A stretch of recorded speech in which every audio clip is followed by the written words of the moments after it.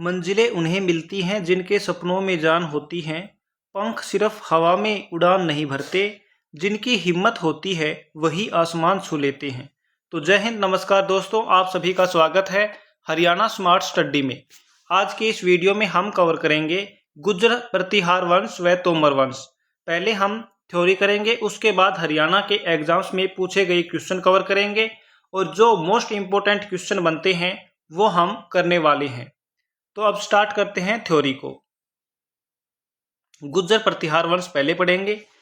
हरियाणा में वर्धन वंश की समाप्ति के बाद गुर्जर प्रतिहार वंश की उदय हुआ।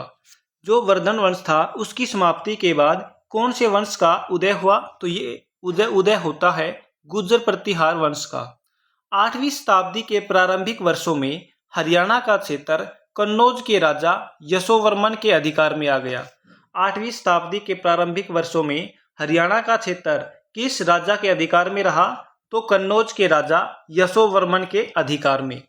गुर्जर प्रतिहार वंश है, उसके संस्थापक कौन हैं? तो ये रहेंगे नागभट्ट प्रथम। कौन रहेगा? नागभट्ट प्रथम रहेगा। वत्सराज द्वारा हरियाणा का मुख्य प्रशासक गल नियुक्त किया गया। जो वत्सराज राजा थे उनके द्वारा हरियाणा का मुख्य प्रशासक क्या नियुक्त किया गया था? गल को नियुक्त किया गया था। वत्सराज के हरियाणा पर अधिकार की जानकारी 795 ईस्वी के जोधका से प्राप्त अभिलेख से हमें पता चलता है कि वत्सराज पर के द्वारा हरियाणा पर अधिकार किया गया था। वत्सराज के बाद नागभट्ट सेकंड को गद्दी पर बैठा था। जो नागभट्ट सेकंड था वो वत्सराज का क्या था? बेटा था। नागभट्ट सेकंड था, इसकी राजधानी कौन सी थी? तो इन्होंने अपनी राजधानी कन्नौज को बनाया। किसको बनाया? कन्नौज को अपनी राजधानी बनाया था। जो नागभट्ट द्वितीय है ये गुर्जर प्रतिहार वंश का क्या है? शासक है। और पुत्र किसका है? वत्सराज का। जो वत्सराज है इसकी मृत्यु कब होती है? इसकी मृत्यु होती है 805 ईस्वी में। कब होती है? 805 ईस्वी में। और इसकी मृत्यु के बाद कौन राजा बनता है? नागभट्ट द्वितीय। और जो नागभट्ट द्वितीय है इसने कब तक शासन किया?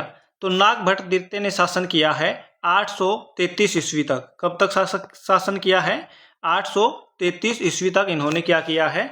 शासन किया है।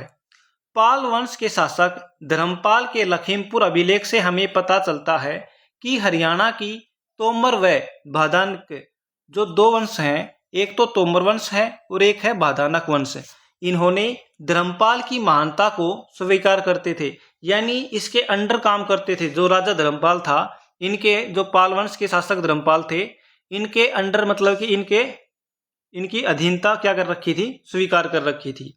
नागभट्ट द्वितीय ने राजा धर्मपाल को पराजित किया और इस प्रकार हरियाणा प्रदेश नागभट्ट द्वितीय के राज्य का अंग बन गया। यानी जो नागभट्ट द्वितीय था इसने किसको पराजित किया? पाल वंश के शासक धर्मपाल को पराजित किया। और स्कंद पुराण से हमें क्या पता चलता है? जो ब्रह्मावर्त यानी कि हरियाणा क्षेत्र है वो नागभट्ट के अधीन था। किसके अधीन था? नागभट्ट सेकंड के अधीन था। जैन ग्रंथ प्रभावक चरित्र से ज्ञात होता है नागभट्ट द्वितीय ने पवित्र गंगा में जल समाधि लेकर अपने प्राण त्याग दिए थे। किसने अपने प्राण त्याग दिए थे? तो ये नागभट्ट द्वितीय ने। कब त्यागे थे? 833 ईस्वी में। कब त्याग दिए थे? 833 ईस्वी में। नागभट्ट सेकंड के बाद गद्दी पर कौन बैठता है? तो ये बैठता है मिहिर भोज। कौन बैठता है? मिहिर भोज बैठता है। इसका अन्य नाम क्या है? भोज प्रथम। इसका अन्य नाम क्या रहेगा? भोज प्रथम रहेगा। गुर्जर प्रतिहार वंश का वास्तविक संस्थापक किसे माना गया है? नागभट्ट सेकंड को। किसको माना गया है? नागभट्ट सेकंड को माना गया है। नागभट्ट द्वितीय के बाद उसका पुत्र रामभद्र गद्दी पर बैठा। यानी नागभट्ट द्वितीय के बाद राजा कौन बनता है? रामभद्र बनता है। और इसका जो शासनकाल रहेगा जो रामभद्र का वो कितना रहेगा? 833 ईस्वी से 836 ईस्वी तक। 836 ईस्वी तक। 836 ईस्वी में जो मिहिर भोज होता है ये क्या बन जाता है? गद्दी पर बैठ जाता है और राजा बन जाता है।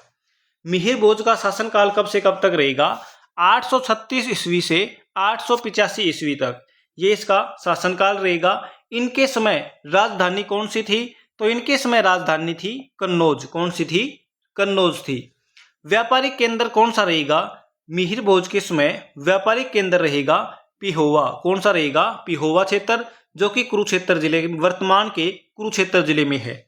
मिहिर भोज के 882 ईस्वी के पिहोवा अभिलेख से ज्ञात होता है कि उसके समय में पिहोवा उत्तरी भारत का बहुत बड़ा व्यापारिक केंद्र था। यहाँ पर घोड़ों का व्यापार होता था। यानी कि हमें पिहोवा अभिलेख है, उससे हमें क्या पता चलता है कि जो पिहोवा है वो घोड़ों का क्या था? व्यापार का केंद्र था, बहुत बड़ा व्यापारिक केंद्र था।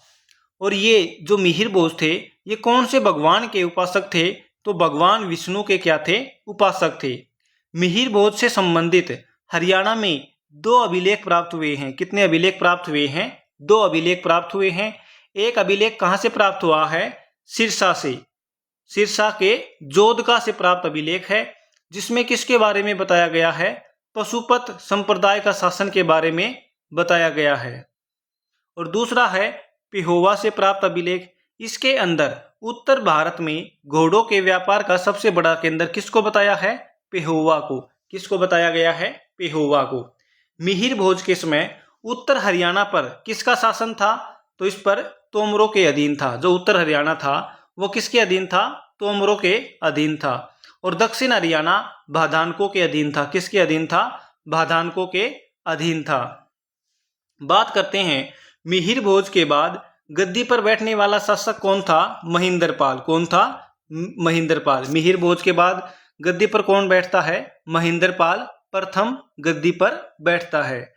और इसका कार्यकाल कब से कब तक रहा? तो इनका कार्यकाल रहता है 885 से 910 ईस्वी तक। कब से कब तक?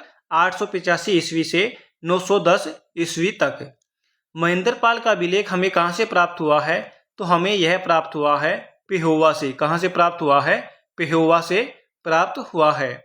और इनकी मृत्यु कब होती है? तो महेंद्रपाल की मृत्यु हो जाती है 910 ईस्वी में। कब होती है?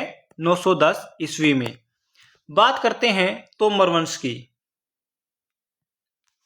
और जैसे ही महेंद्रपाल की मृत्यु होती है उसके पश्चात जो तोमर वंश है वो लाभ उठाते हैं इस स्थिति का कि तो जो महेंद्रपाल राजा है उसकी क्या हो गई है? मृत्यु। और तोमर वंश क्या हो जाता है? हरियाणा में स्वतंत्र हो जाता है। तोमर वंश के संस्थापक कौन रहेंगे? तो ये रहेगा अनंगपाल। कौन रहेगा? अनंगपाल। इसका अन्य नाम क्या रहेगा? तो अन्य नाम रहेगा जाउल। इसे किस नाम से जाना जाता था? जाउल के नाम से भी जाना जाता था। राजधानी कौन सी रहेगी? दिल्ली का। कौन सी रहेगी राजधानी? दिल्ली का। दिल्ली का यानी कि वर्तमान की दिल्ली। हरियाणा क्षेत्र का नाम क्या था उस समय?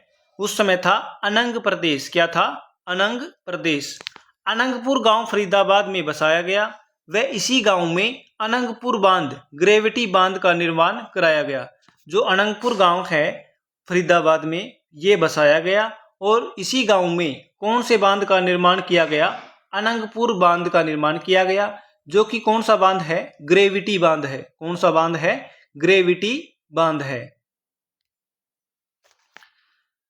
पुत्र पूरनराज, गोगा, देवराज, इन तीनों ने तोमर शासकों द्वारा पिहोवा में विष्णु मंदिर का निर्माण करवाया। ये तीनों भाई थे और तोमर शासक थे। इन तीनों ने क्या करवाया? पिहोवा में विष्णु मंदिर का निर्माण करवाया। हरियाणा में कुरुक्षेत्र से फरीदाबाद के आसपास का क्षेत्र अनंग प्रदेश के नाम से जाना जाता है। जो कुरुक्षेत्र से फरीदाबाद का जो क्षेत्र है वो किस नाम से जाना जाता था? तो वो जाना जाता था अनंग प्रदेश के नाम से। प्रथम तोमर राजा ने अपना नाम अनंग प्रदेश के आधार पर अनंगपाल रखा। जो तोमर वंश के जो संस्थापक थे उन्होंने अनंग प्रदेश के नाम पर अपना नाम क्या रखा? अनंगपाल। क्या रखा? अनंगपाल। तोमर शासक सूरजपाल तोमर ने सूरजकुंड या फिर इसे क्या कह सकते हैं? म्यूर झील फरीदाबाद का निर्माण करवाया। किसका निर्माण करवाया? सूरजकुंड झील या फिर हम म्यूर झील बोल सकते हैं। इसका निर्माण करवाया। किसने करवाया? तोमर शासक सूरजपाल ने। तोमरों के समय में ही महमूद गजनवी ने हरियाणा पर आक्रमण किया था। किसने आक्रमण किया था? महमूद गजनवी ने। बात करते हैं महत्वपूर्ण तथ्य की, जहां से एग्जाम में क्वेश्चन बने हैं। तोमरों के शासनकाल के दौरान हरियाणा में व्यवसाय, कला एवं संस्कृति के बारे में सोमदेव के यशतिलक चंपू से महत्वपूर्ण जानकारी मिलती है। किसके? सोमदेव के। नाम क्या रहेगा? यशतिलक चंपू। इससे हमें तोमर वंश के शासनकाल के बारे में पता चलता है।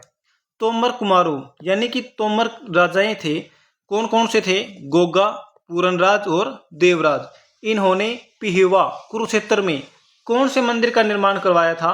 तो इन्होंने निर्माण करवाया था विष्णु मंदिर का। कौन से मंदिर का? विष्णु मंदिर का। पिहोवा अभिलेख से पता चलता है हरियाणा में तोमर वंश का उदय जाउल नामक सरदार, जाउल यानी कि अनंगपाल, क्या? अनंगपाल सरदार से हुआ है। गुर्जर प्रतिहार तोमर काल में हरियाणा का कुरुक्षेत्र, फरीदाबाद आदि के आसपास का क्षेत्र क्या कहलाता था? अनंग प्रदेश। क्या कहलाया था? अनंग प्रदेश।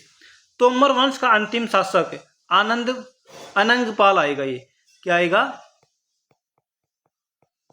अनंगपाल द्वितीय, जिसे अपना राज्य अपने दोहते यानी कि नाती को पृथ्वीराज चौहान तृतीय को सौंप दिया था। किसको सौंप दिया था? पृथ्वीराज चौहान तृतीय को।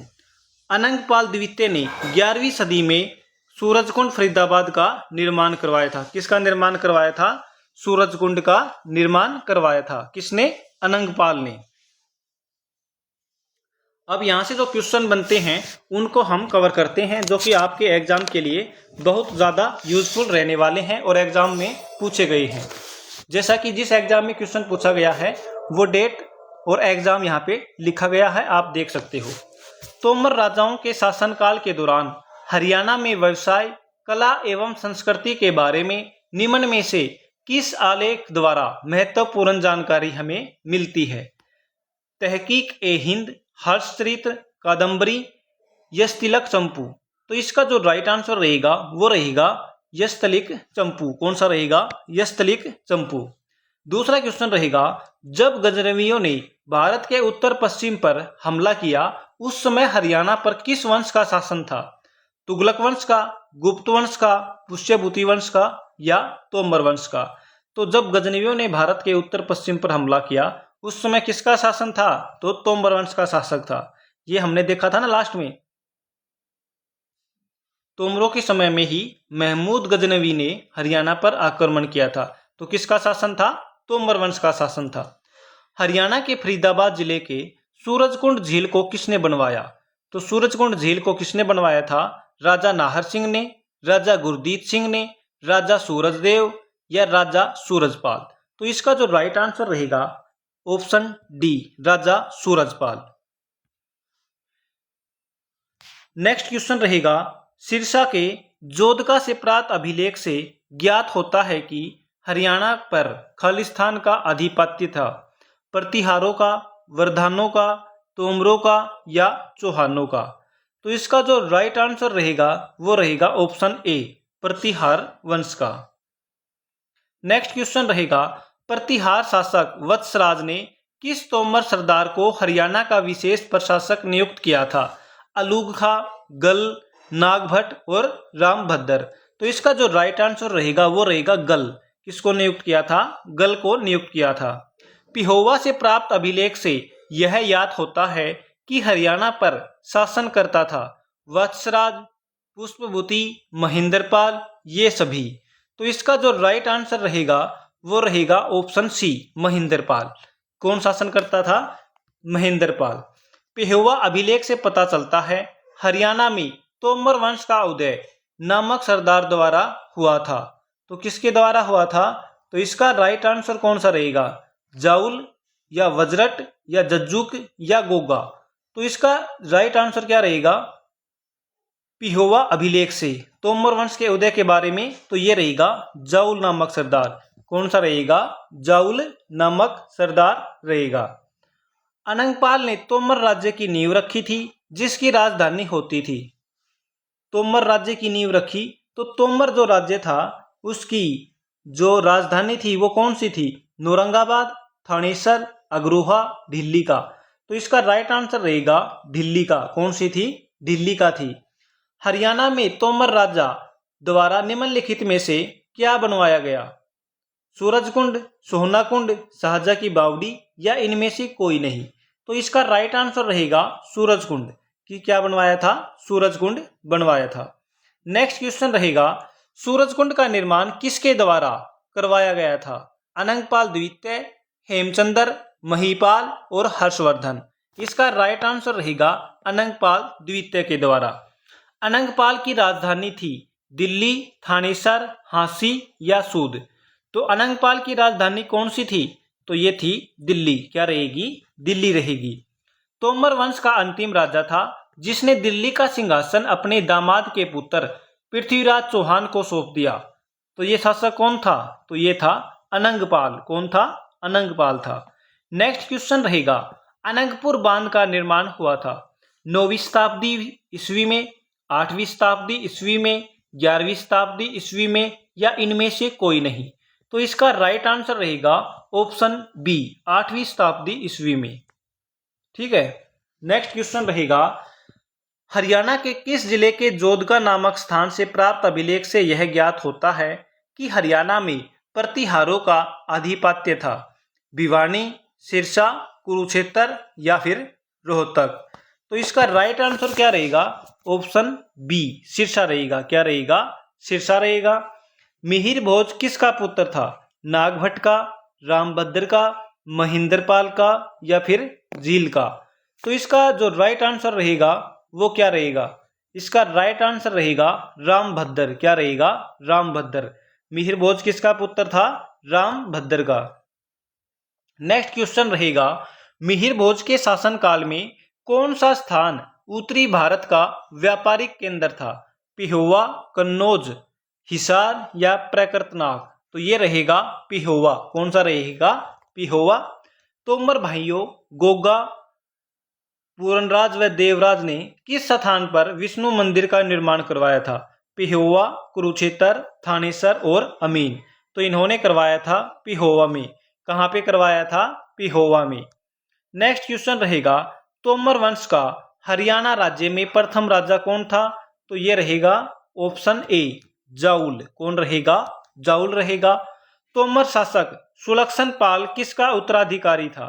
रामपाल, जयपाल, गोपाल या सिंहपाल। तो किसका उत्तराधिकारी था? तो ये था राजा गोपाल का। किसका उत्तराधिकारी था? राजा गोपाल का। हर्षवर्धन की मृत्यु के बाद हरियाणा क्षेत्र पर आधिपत्य रहा कन्नौज के राजा यशोवर्मन का, कश्मीर के राजा ललितादित्य मुक्तापीठ का, प्रतिहार शासक वत्सराज का। तो इसका राइट आंसर रहेगा ऑप्शन डी, उपयुक्त सभी का। जो हर्षवर्धन था, जो वर्धन वंश के अंतिम राजा थे, उनकी तो क्षेत्र हरियाणा क्षेत्र पर उसके बाद इन सभी राजाओं का क्या रहा? अधिकार रहा।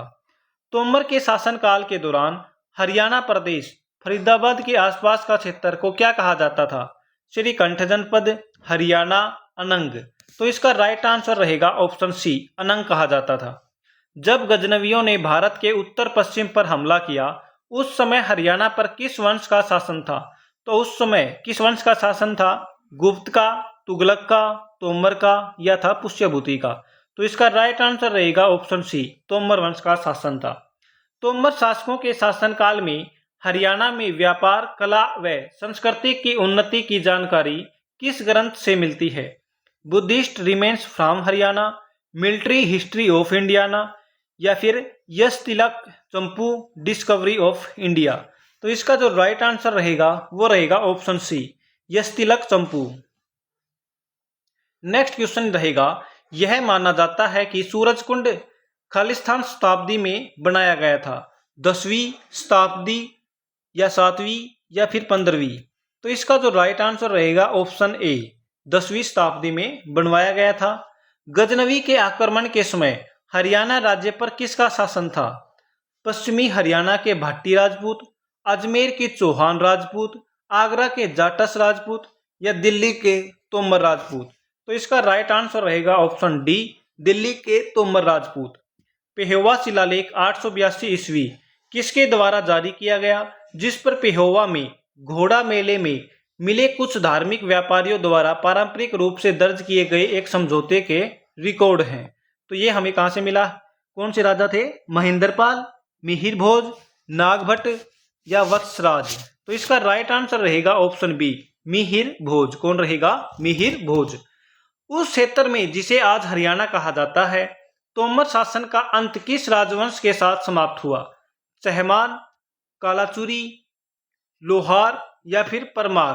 तो इसका राइट आंसर रहेगा चहमान वंश। कौन सा रहेगा? चहमान वंश। इसी के साथ दोस्तों यह सेशन समाप्त होता है। आपको यह वीडियो कैसी लगी आप हमें कमेंट करके जरूर बताइएगा।